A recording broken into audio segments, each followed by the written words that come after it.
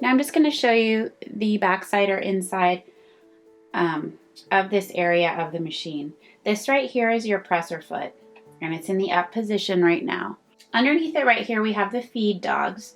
These are what will move kind of in a circular motion, and it will guide the fabric. So this will grab the fabric gently and push it underneath the foot as your needle goes up and down. And then with every stitch, the needle goes down and it loops around the bobbin thread to create the stitch. And that's what holds the two pieces of fabric together as you're sewing. So this back here is the lever that raises and lowers the presser foot. So this pushes it down and raises it back up. So when you're going to start sewing, you'll slide your fabric under the presser foot when it's in the up position. Slide the fabric underneath just to where the needle is going to start. So you go a little bit past that opening in the presser foot.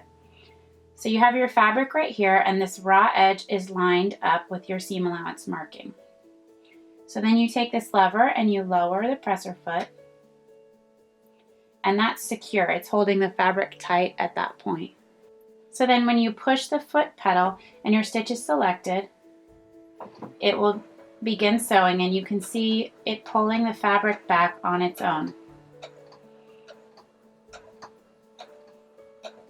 Now I can use my hands to gently guide the fabric so that it's not shifting, but you just want to be careful you're not pulling on the fabric. So with this machine, the needle is in the down position when you stop sewing. So we raise the needle either with the button or with the hand wheel. And then we raise the presser foot. The foot comes up, and then you gently pull the fabric out from underneath the foot.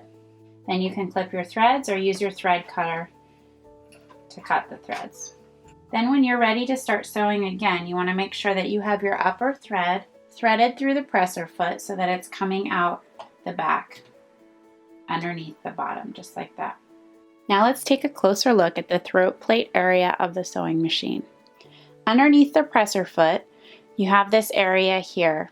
It's got some markings here with some measurements and grid lines. And then the lines on here can carry over to this side right here so that you can line up your seam. Right here you can see there's a 5/8 seam allowance marking. This measurement right here is a standard seam allowance for people size sewing patterns. For the doll clothes sewing patterns, we have set a 1/4 inch seam allowance.